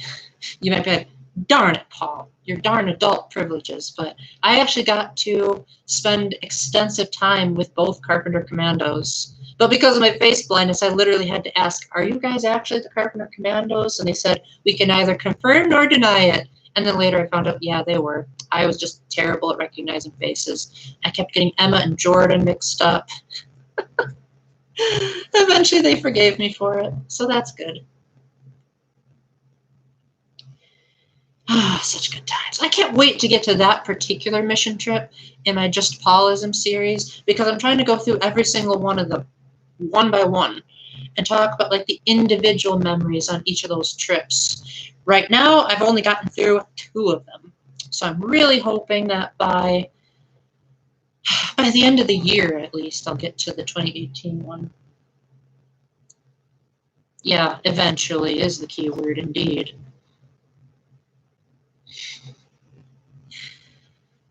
Man. So just curious, JP, I remember how you and I met vividly. It was because we were talking at the table about various bits of theology in my YouTube channel, and one of the adult chaperones, Shirley, was about to get married. But I don't remember how I met you, Adam, so just curious if you remember how we met, because I'm terrible with faces, so obviously even if I remembered meeting you, I wouldn't remember which one of them was you. So you'll have to refresh my memory here a little bit.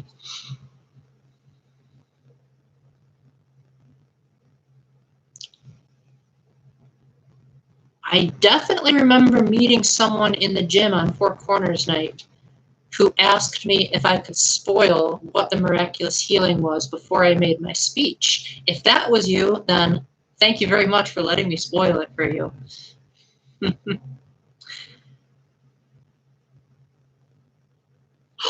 Oh, yes, that's so cool. How is Shirley doing, by the way? I actually have continued to pray for her, and I do hope that she was able to be happily married.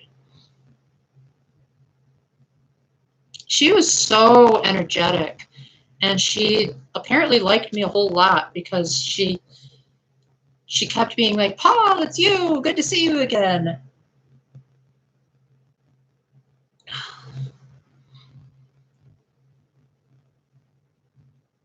I also loved how she was one of the oldest people at the camp, and yet she was so energetic. She'd be like, I'll go get some water from the water table. And I loved how energetic she was. Of course, I was like that too, but I may be old, but I'm not as old as her.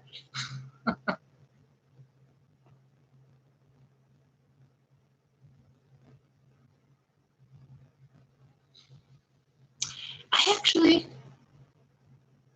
hiding from her. What did she do that was so bad? You know, I don't actually remember a whole lot of the adult chaperones from that trip, but I remember Shirley.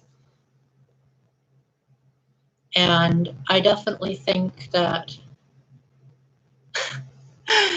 yeah, it's kind of an inside joke, Caitlin, because, well, the origins of it were a lot of people have mistaken my age over the years. They're usually way off for how old they think I am. And then also the secondary origin for why I keep saying I am an old man, that phrase specifically, is because I was really enjoying Pegasus Angels' YouTube streams. But then I would get people revealing their true ages on those streams, and that made me feel really uncomfortable because I was just like, these people are really, really, really young to be watching this mature content. So in order for me to not appear like I was getting too friendly with them and that they were well aware that I'm an adult and I don't want to be fraternizing with people your age, if you know what I mean. So I kept saying, well, I'm an old man. Don't you dare get too close to me. And so that became so much of a tradition that it started becoming a running joke on this channel and wherever I went, that I would keep saying, I am an old man. So therefore, as my way of saying that, most of the time I'm the oldest person in the room. But most people don't believe it because they're like, you? Oh, how old are you? And then I'm like, I am years old. And they're like, what? So if you guys ever talk to me on the phone, I'll let you guys know. But for now, I'd like to keep it a mystery. JP, I think you know how old I was because you heard my speech on the stage. So therefore, you got to hear firsthand how old I was on that trip, and then you probably can do the math and be like, I know how. No thank you, Adam. I've always joked around to people that I'll never have facial hair, but instead my facial hair will come out of my head instead. So that's why I have long, well, one of many reasons why I have long hair is just, I don't know, I prefer the clean shaven look for various reasons. Part of it's due to trauma, but part of it is just, I just prefer it. And not only that, but a certain very significant person in my life was clean shaven, so you could say I'm trying to emulate him to a certain extent. What's that idea, JP?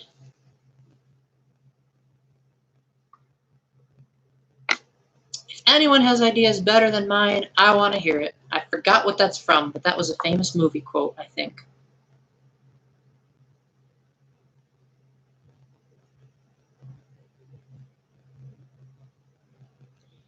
Yeah, that happens. My mom is in her 60s, and yet most people think that she's only in her 30s. So I guess I just get the young gene from her. But yeah, Caitlin, don't forget to send me the link to some of your older videos. Unless if you really, really don't want me to watch them, then you don't have to. But I'm really curious to find out what kind of games that you like. Well, you can talk about your estimation. Just if it reveals everything that I said word for word in that speech, let's try not to do that because I edited out that part in my video when I re-uploaded the testimony. Because how many people on earth are going to watch the original video? I mean, for crying out loud, it's even very hard to find nowadays. I think my re-upload of that video is actually more popular now than the original video was.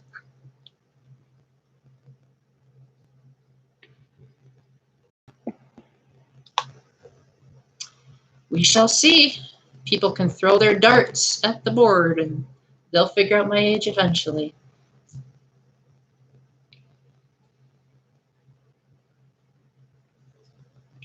But one thing I'm really happy about is that I actually, for the longest time, thought I was losing my hair for the last couple of months.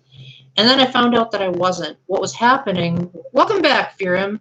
These guys are trying to remember what I said on the stage 3 years ago and trying to figure out if they actually know my age because they were there in the audience when I said what my age was back in 2018. But for those that don't know my age, I'm trying to keep it a mystery. But yeah, I thought I was losing my hair for the longest time because my mom had noted that my hair was getting really thin. And it kind of is, but I found out that what was actually happening was I was stressed. So now my hairline is actually significantly healthier than it used to be. So I feel like I can properly have a hairline now. And most people would be like, thinking that you're losing your hair when you have long hair, Paul? What the heck? But it can happen.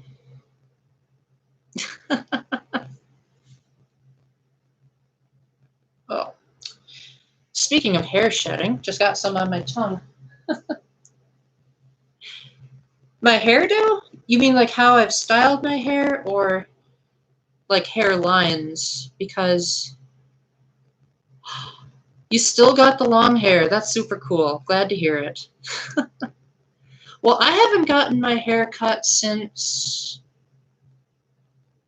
When did I last get my hair cut?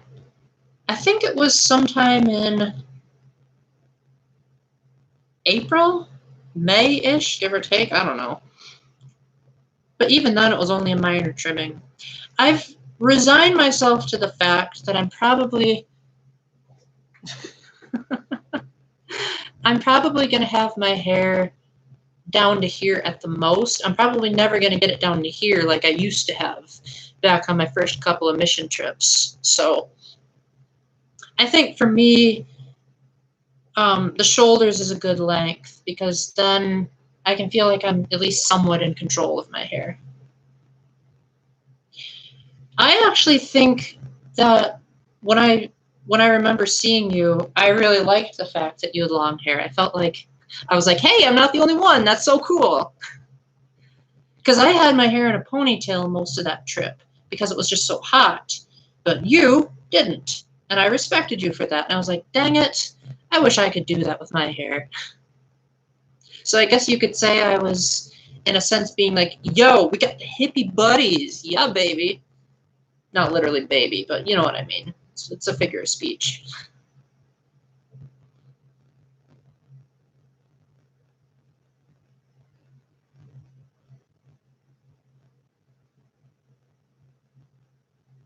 Oh, so now the tables have turned. Well, that's cool. You can put it in a ponytail. You have 5 brothers? That's so cool. I only have 2 brothers, but my mom had 6 miscarriages, so I imagine... JP, you have long hair now too? That's super cool.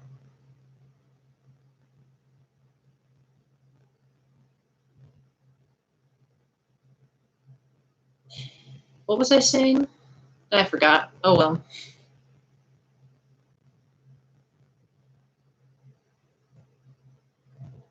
Sheesh, how many siblings do you guys have? I have 3 siblings, but I would have had probably more like 9 if my mom hadn't had all those miscarriages. So that's why my siblings and I are so close to each other, because we're just like, we actually survived. My mom had a lot of miscarriages, and we actually survived. That's why I'm really happy that my niece's middle name was named after the name of what one of my miscarried siblings would have been. Because my dad decided that he wanted to name all of the miscarried kids. 11? Dang! Did all of them go on mission trip?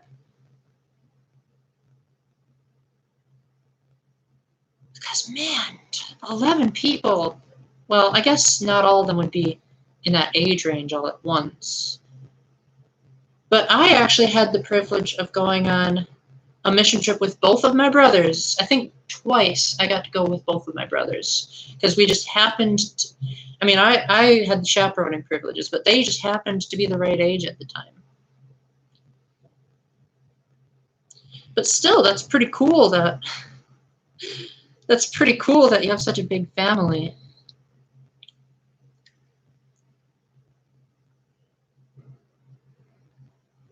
Well, guys, my water's almost out. Viking braids. Hey, you know what? Everyone's hair starts receding a little bit. Even mine is receding a little bit. Like, this is about as far back as I can go now. So, it happens to all of us. So, I'm actually running out of water here. So, what I think I'll do is I think I'll end the stream relatively soon. I've been going on 2 hours almost. Relatively. Because I know sometimes people like to jump in at the last moment and be like, hey, Paul. So just saying, let's try not to get into something too involved. I'd rather not say exactly what state I live in, just because saying too much personal information online can be dangerous. So let's just say I'm a Midwesterner. And you guys can use your imaginations from there. I did say what state I was in. No, I didn't. I just said Sacred Heart when I was on the stage.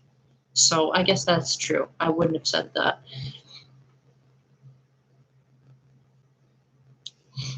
And I get it. I'm maybe a bit too overly cautious, but I think it's better to be overly cautious than underly cautious, because I've seen some pretty young people giving away a lot of personal information online, and I'm just like, oh, I really hope those guys don't have people trying to track them. Yes, I did tell you when I was on the trip. I honestly did not think that you would keep your word when you said that you were gonna, your last message? Okay, if you say so.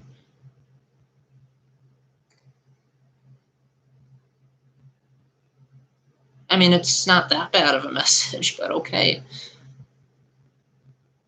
Oh, get together. Yeah, that would be great. I will send my address. I already did, actually. I sent my address to Furim over on his Discord. So if you guys want to talk to him, then you can arrange something. But I'd rather not say it here on the stream. But if you guys can just talk to Furim on your own time and ask him, like, yo, where's that message that you got from Paul about your address, then that's fine by me.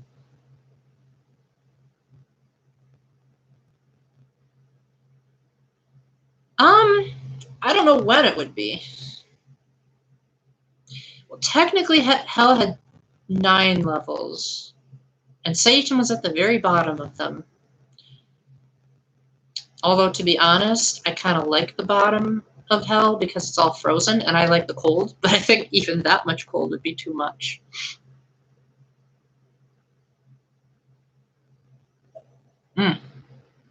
So, Caitlin, was I able to answer your question about the mission trip? Because some of us here have a lot of cool stories. I think I have all of you beat as far as cool stories on mission trips, but I've also been around a lot longer. My friend Danielle, I was talking to her last night, and she said, you know what, Paul, your life is like a living testimony with how many cool stories you have. Yeah, I imagine you're right. It is probably the stinging part of cold.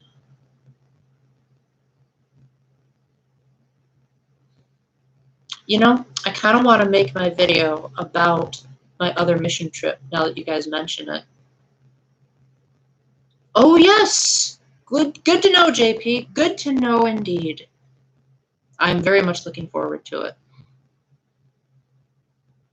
Yeah, pretty sure even the highest layer of hell is to a certain extent discomforting. Because according to Dante, the highest layer of hell is the righteous non-Christians, like people like Abraham, where they just happened to be alive before Christ, but they did the best that they could to be righteous. Now, admittedly, Dante is not a doctrinal person. He's not. His book is fictional, first and foremost. But it is true. It is true that certain elements of it are based on church teachings of his time. So what I think Dante was getting at is that the people that came before Christ, Christ had to go and rescue them from their waiting place, which is why in Dante's Inferno it's described as not torturous. They're not in any like pain or anything, but they're also not in eternal paradise. They don't have God with them. They're kind of just like, okay, we're here and God will visit us if he wants to, but who knows if we'll ever get into heaven, kind of thing. You can talk, Viram, but even if you guys wanted to talk, I'm thinking that I'll probably end it pretty soon because, one, I ran out of water, and two, all this mission trip talk, now I want to make my next video. Because from what my clock tells me, I imagine I'll have the house to myself for quite a while. So do you guys have any last thoughts / questions / requests that you want to make?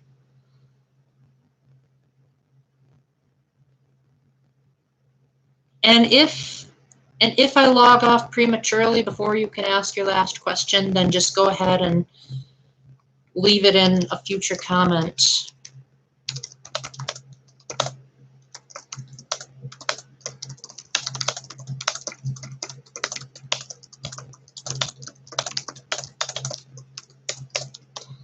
There we go.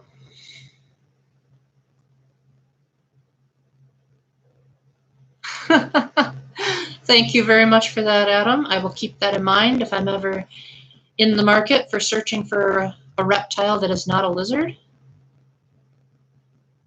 Oh, Eastern Standard Time. I generally check my Facebook every day.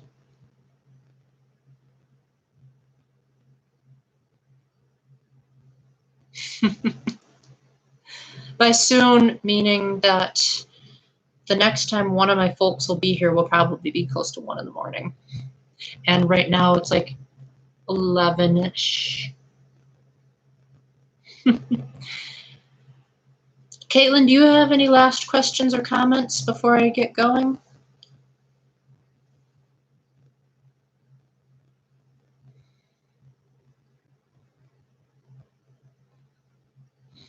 But in closing, guys, I just want to say that I really appreciate. I think I did say Facebook. Yeah, I did say Discord. Alrighty then. Well, thanks a lot, guys. I hope you guys have a wonderful night. And until the next time, keep the faith, stay epic, God bless, and as Furum always likes to say, Paulism for life. And if you guys could say a prayer for my hands. Gosh. I can barely make a fist with one of them, and the other one is actually turning orange. That's the main reason for this glove. So if you could just pray that I get some healing pretty soon, that'll be great. So have a good night. Bye-bye.